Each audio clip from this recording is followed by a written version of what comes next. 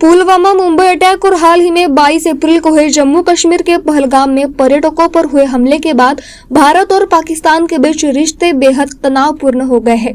आतंकवादियों की ओर से किए गए इस हमले में 26 लोग मारे गए थे, जिसका करारा जवाब भारतीय सेना की ओर से मंगलवार को रात को दिया गया। इस हमले में भारतीय हवाई सेना ने पाकिस्तान में बने 9 आतंकी अड्डों को तबाह कर दिया है। इस हमले में 90 से ज्यादा आतंकी मारे जाने की खबर है। भारत की ओर से की गई इस कार्रवाई के बाद पूरा देश मानो खुशी से झूम उठा है। नागपुर के लोगों ने इस ऐतिहासिक हमले पर अपनी प्रतिक्रिया व्यक्त की।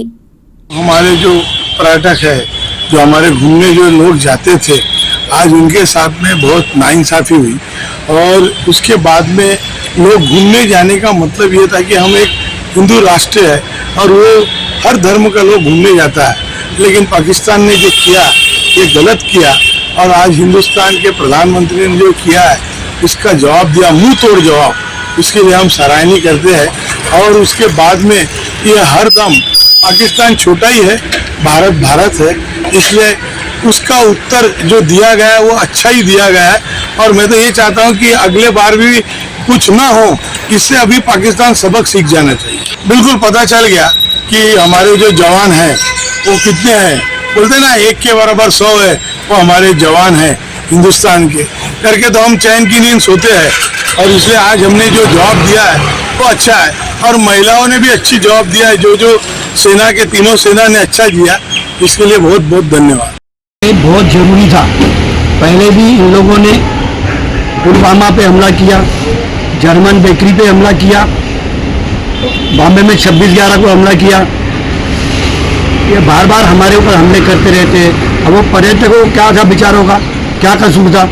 वो तो घूमने गए थे, उन पे बेमतलब हमला किया पहलगाम में। ये पाकिस्तान समझ ले वो हमारा बेटा है, हमारा बाप बनने की कोशिश ना करे। भारत से निकला हुआ हमारा बेटा है, हमारे बाप बनने की कोशिश ना करे और इसको जवाब बहुत करारा जवाब देंगे। और आगे भी अगर उनने कुछ करने की कोशिश किया तो ऐसा जवाब दिया जाएगा हिंदुस्तान की तरफ से कि इनकी पुश्तें याद रखेंगी। अभी हमारी सेना ने सिर्फ उन अड्डे पे हमला किया है। अगर ये अपनी हरकतों से बाज ना आए तो पूरे पाकिस्तान को मिटा के रख देंगे। पहलगाम में जो उन्होंने हमला किया, वहाँ पे लोग छुट्टियाँ मनाने गए थे और उन्होंने वहाँ पे निहत्थे पर हमला किया। ये सही नहीं किया और अब किया है तो उसका भुगतना तो पड़ेगा उनको, भुगत रहे भुगते। तो कार्रवाई तो नहीं होती थी, हुई है तो अब भुगतना पड़ेगा उनको। अब इंडिया आर्मी छोड़ेगी नहीं उनको, घुस के मारेगी। भारत का एक नागरिक होने के नाते मैं कहना चाहूँगा कि इसके पहले भी पाकिस्तान की तरफ से भारत पर हमले किए गए। पुलवामा अटैक था और अभी पहलगाम में हुआ है। तो कैसा होता है कि इन लोगों को ये चीज़ लगने लग गया था कि भारत शायद इतना कैपेबल नहीं है कि हम लोग सिर्फ सर्जिकल स्ट्राइक करेंगे वापस आ जाएंगे। ये लोग फिर कल चल के बोलेंगे कि हमारे पास प्रूफ नहीं था। तो ये जब चीज़ें बढ़ती जा रही थी, ये कहीं ना कहीं पर एक जगह रोकना ज़रूरी था। इस चीज़ को हर बार कॉमा लगा कर नहीं हो रहा था, फुल स्टॉप लगाने की ज़रूरत थी। और मुझे लगता है कि नरेंद्र मोदी जी ने जिस तरह से इस चीज़ को आगे बढ़ाया है कि आप अगर हमारे ऊपर हमला करोगे, आप हमारे ऊपर आंख दिखाओगे, तो आप ये मत भूलो कि आप हमसे ही निकले वाले हो। वो कहते हैं कि जैसे अब कहे थे कि वो बाप होता है, बेटा बेटा होता है। ये चीज़ अभी सोशल मीडिया पर काफ़ी सुनने को मिल रही है। तो ये चीज़ का जो प्रत्यक्ष उनको प्रमाण चाहिए था, वो जिस तरह से अभी भारत की सेना ने दिखाया है और जल, थल और वायु तीनों ही सेना ने जिस तरह से प्रदर्शन करके इनको बताया है कि आप लोग अभी भी उस लेवल पर नहीं आए हो जहाँ पर आप हमें आंखें दिखा सकते हो। आज हम वो उतनी हिम्मत रखते हैं कि आपकी आंखें दबा सके।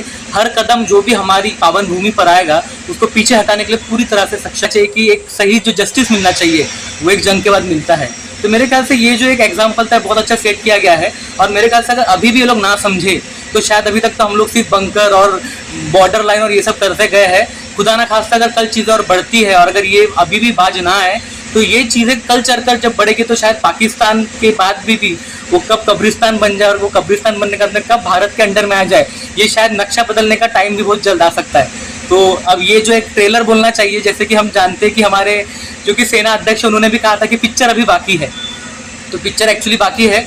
और हमारे यहाँ माना जाता है जब ट्रेलर इतना खतरनाक है तो मूवी ब्लॉकबस्टर होगी। देखिए जवानों को तो मैं कहना चाहूँगा कि आज हम लोग जिस तरह से अभी जो ये 2 दिन 3 से जंग हो रही है, हम लोग हमारी डे टू डे लाइफ के लिए आ रहे हैं, ऑफिस आ रहे हैं, घर जा रहे हैं, चैन से सो रहे हैं, सब कुछ हो रहा है। ये सिर्फ इससे कर पा रहे क्योंकि हमें गारंटी है कि हमारी भारतीय सेना ये अपनी जान के ऊपर खेल कर सब कुछ कर हमारे तक आंच नहीं आने देगी। और ये जो इतनी बड़ी जो जंग लड़ने के बाद भी हमारे साथ में जो सब चीज़ें चल रही है, ये चीज़ उससे प्रूव करती है कि हम बहुत ही सेफ हाथों में है। हमारा जो नेतृत्व कर रहे हैं और हमारा जो संरक्षण लेने का जिन्होंने हक लिया हुआ है, जिनके ऊपर हमने हमारी बागडोर संभाली है, वो बहुत अच्छे से काम कर रहे हैं। पाकिस्तान में हमला हुआ वो अच्छा नहीं किया पाकिस्तान ने, इसलिए अपन को ऐसा लगता कि पहलगाम वाले लोग जो मारे गए उसमें मासूम छोटे बच्चे थे, कोई परिवार थे, उसमें वो पाकिस्तान अभी नहीं करेगा क्योंकि अभी अपनी इंडिया ने उधर तो चालू कर दिया है। हाँ वो तो अभी वो किया उन्होंने, वैसा वो हमला करेंगे तो बार बार वो ऐसा ही करेंगे, वो करना जरूरी था।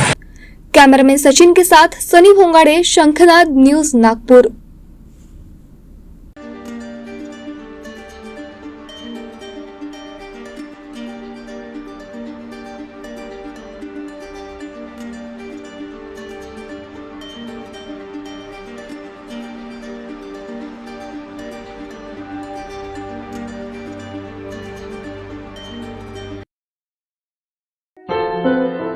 क्या हुआ बहू? माँ, पाइल्स की बहुत तकलीफ हो रही है। तो तुम गुदरोग सर्जन के पास क्यों नहीं गई?